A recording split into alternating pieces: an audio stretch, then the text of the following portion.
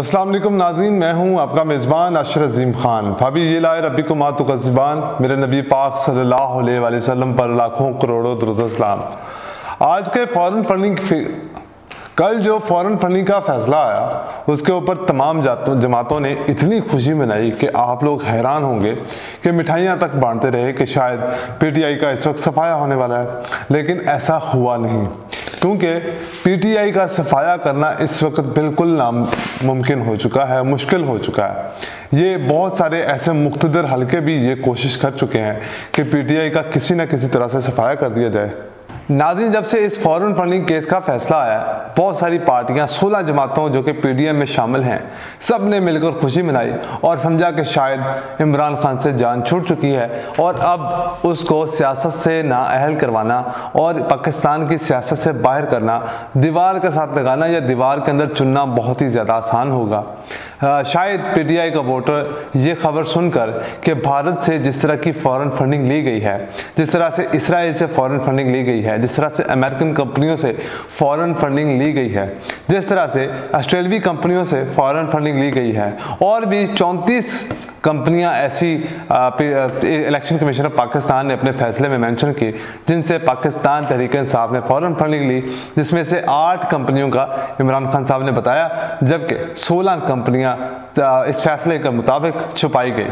अब जिन जिन कंपनीज का नाम लिया गया था और जिन जिन लोगों का नाम लिया गया था कि जो इन्होंने गैर मुसद्दका फॉरेन फंडिंग की है, ममनुआ फॉरेन फंडिंग की है, वो ये अकाउंट है, वो ये नाम है, और जब से ये फैसला आया है उस वक़्त से लेकर अब तक पाकिस्तान तहरीक इंसाफ के कारकुनान और जिन्होंने पाकिस्तान तहरीक इंसाफ को वोटिंग की और फॉरेन फंडिंग की, उन सब ने आकर बार बार प्रेस कॉन्फ्रेंस की और उनको बताया कि वो पाकिस्तानी हैं और पाकिस्तानी अपनी पार्टी को या अपनी सपोर्टर्स को फंडिंग कर सकते हैं। और इस वक्त जो सूरत हाल चल रही है वो पीडीएम जमातें फिर से शायद सख्ते में चली जाएंगी।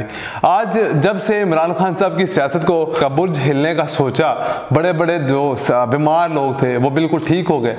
नवाज शरीफ साहब ने सुबह आते ही प्रेस कॉन्फ्रेंस की और प्रेस कॉन्फ्रेंस में साथियों को कहा कि मैं हुकूमत को ये मशवरा देता हूँ कि हुकूमत पाकिस्तान तहरीक इंसाफ के खिलाफ, इमरान खान के खिलाफ सख्त एक्शन ले और इसको किसी न किसी तरह से सियासत से निकलवाए, ताकि इनके ख़ानदानों का, इनके बच्चों का पाकिस्तान के ऊपर हमेशा से राज बना रहे और पाकिस्तान की सियासत में सिर्फ इनका नाम रहे, ये पाकिस्तान के बादशाह बने रहे। आसिफ जरदारी वो बहुत कोशिश कर चुके हैं, जिनको सियासत का बहुत बड़ा खिलाड़ी समझा जाता है। इमरान खान ने, कप्तान ने, मेरे कप्तान ने उसकी सियासत को इस तरह से हिला के रख दिया है कि वो खुद सोचने पर मजबूर है। पीटीआई को ये बात मालूम थी कि फॉरेन फंडिंग में कुछ भी नहीं है, ये ममनुआ फॉरेन फंडिंग है, इस केस का फैसला उनके हक में आएगा, लेकिन वो सिर्फ और सिर्फ इन पार्टियों को ये साबित करने के लिए या इनकी सोच को इनको ऐसी सोच देने के लिए ये उन्होंने कोशिशें करते रहे कि किसी न किसी तरह इस केस का फैसला ना सुनाया जाए, ताकि ये लोग बयानियां बनाएं और जब इनका बयानिया झूठा साबित हो और जब प्रेशर के साथ ये लोग फैसला सुनाएं और उस फैसले में कुछ ना हो। और वैसा ही हुआ। खान साहब की जो प्रेडिक्शन थी वो बिल्कुल सही साबित हुई। नवाज शरीफ साहब ने आके प्रेस कॉन्फ्रेंस की, फिर ख्वाजा आसिफ साहब ने आके प्रेस कॉन्फ्रेंस की कि ये वही शख्स है जिसने इसराइल से फंडिंग ली है, ये वही शख्स है ख्वाजा आसिफ जिसने पाकिस्तान की आर्मी के जर्नलों के खिलाफ ये लफ्ज़ कहा था कि मैं इनकी गर्दनें काट कर ज़मीन में गाड़ दूंगा। कादर पटेल, उसने आकर पीपल पार्टी का जो कादर पटेल है, उसने आकर बहुत बड़ी प्रेस कॉन्फ्रेंस की और उसने आकर कहा कि ये इमरान खान को नाअहल किया जाए, फलां किया जाए, टिमकान किया जाए। इस बंदे ने जिस तरह से लियाली गैंग को चलाया, पाकिस्तान की तबाही भारत से जिस तरह से इसने फंडिंग ली है लियाली गैंग को चलाने के लिए और कराची को तबाह बर्बाद करने के लिए, इसने पूरी कोशिश की कि बलूचिस्तान का जो इलाका है, सिंध का जो इलाका है, ये किसी न किसी तरह से पाकिस्तान से अलग हो जाए। लेकिन पाकिस्तान की आर्म्ड फोर्सेस ने इसकी तमाम जो साजिशें थी उसको नाकाम बनाया। अब मरियम नवाज साहिबा ने भी ट्वीट किया और साथ ही प्रेस कॉन्फ्रेंस भी की कि इमरान खान के जो गुलामी से निजात दिलाने की बातें करता है वो अमेरिकी कंपनियों के फंडिंग का नतीजा निकला और वो अमेरिकी कंपनियों की फंडिंग के लेकर पाकिस्तान के खिलाफ जो है वो प्रोपेगेंडा कर रहा है। जो औरत झूठ बोल सकती है जो औरत अपनी प्रॉपर्टी को लेकर झूठ बोल सकती है वो कुछ भी कर सकती है। ये वही औरत है जिसने पाकिस्तान आर्मी के लोगों के खिलाफ, पाकिस्तान के जर्नैलों के खिलाफ और इस वर्दी के खिलाफ अपने जलसों के अंदर नारे लगवाए थे। यही वो औरत है जिसने इस बयानी को हवा दी थी कि ये जो दहशतगर्दी है इसके पीछे वर्दी है। तो ऐसी औरत को क्या समझा जाए? इसको ये बयानिया किसने दिया? किसके कहने पर पाकिस्तान की आर्मी को गंदा करने की कोशिश की गई, बदनाम करने की कोशिश की गई? ये सब आपके सामने है। तो ये सब हमें पता है। इस वक्त पीटीआई का वोटर जो है वो ये जानता है कि तुम लोगों की हैसियत क्या है।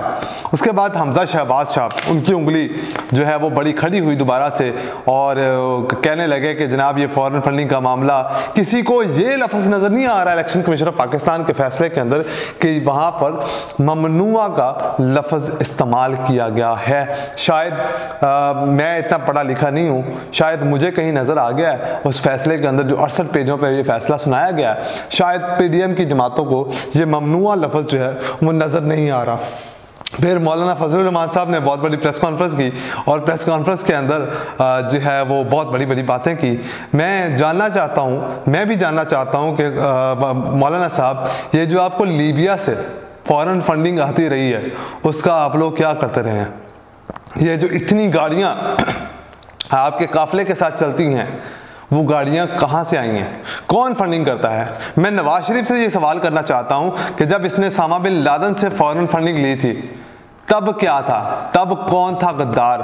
तुम लोग हमेशा से गद्दार हो। जब यूएई के शहजादों से तुम लोगों ने फॉरेन फंडिंग ली तब कहां पे था तुम लोगों का ये किरदार? तब कहां था तुम लोगों का ये? फिर शाजिया मरी साहबा, मुन्ना भाई एमबीबीएस, जिस औरत ने इलेक्शन कमीशन के अंदर बीए के जाली सर्टिफिकेट्स प्रोवाइड किए और वो सानिया की जगह पर आकर बैठ गई। सानिया वो का मर्द मुजाहिद हैं, वो ब्यूरोक्रेट हैं जिन्होंने पाकिस्तान के अंदर इमरान खान के दौरे हुकूमत में बहुत अच्छा काम किया, लंगर खानों के ऊपर, शेल्टर्स होम को लेकर बहुत अच्छी सर्विसेज प्रोवाइड की और एक ऐसा पोर्टफोलियो बनाया जिससे गरीब लोगों को फ़ायदा पहुंचता रहा।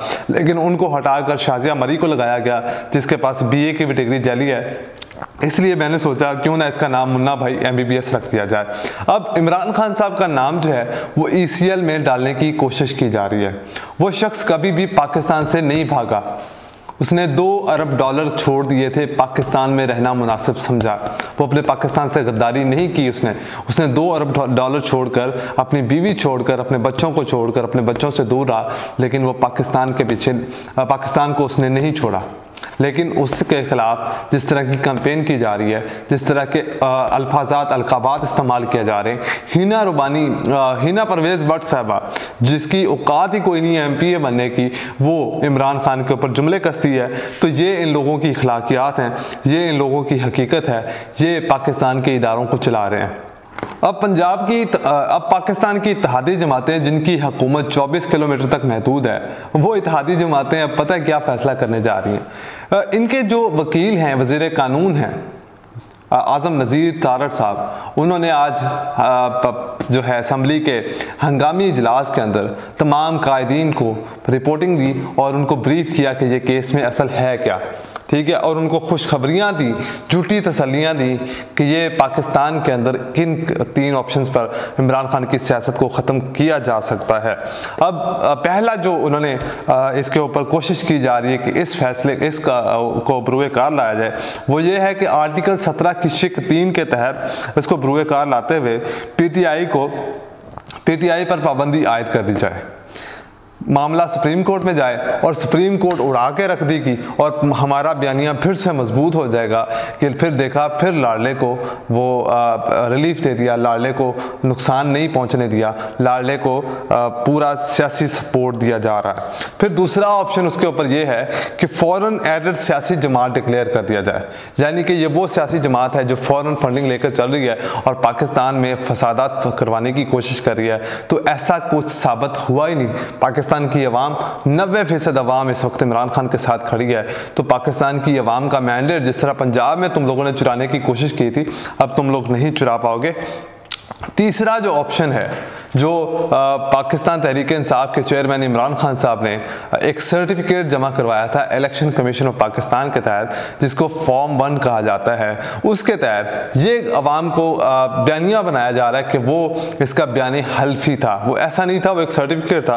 अब ऑप्शन क्या है कि बयान हल्फी के ऊपर इस शख्स को नाअहल करवाया जाए, सुप्रीम कोर्ट के अंदर इलेक्शन कमीशन ऑफ पाकिस्तान के अंदर एक दरख्वास्त दायर की जाए और उनसे इस्तदा की जाए कि इस शख्स को झूठा बयान हल्फी देने पर जो है वो नाअहल करार दिया जाए, जिस तरह से नवाज शरीफ को झूठा बयान हल्फी देने के ऊपर नाअहल किया गया था। आज के लिए इतने, मुझे दीजिए इजाज़त। अल्लाह हाफ़िज़।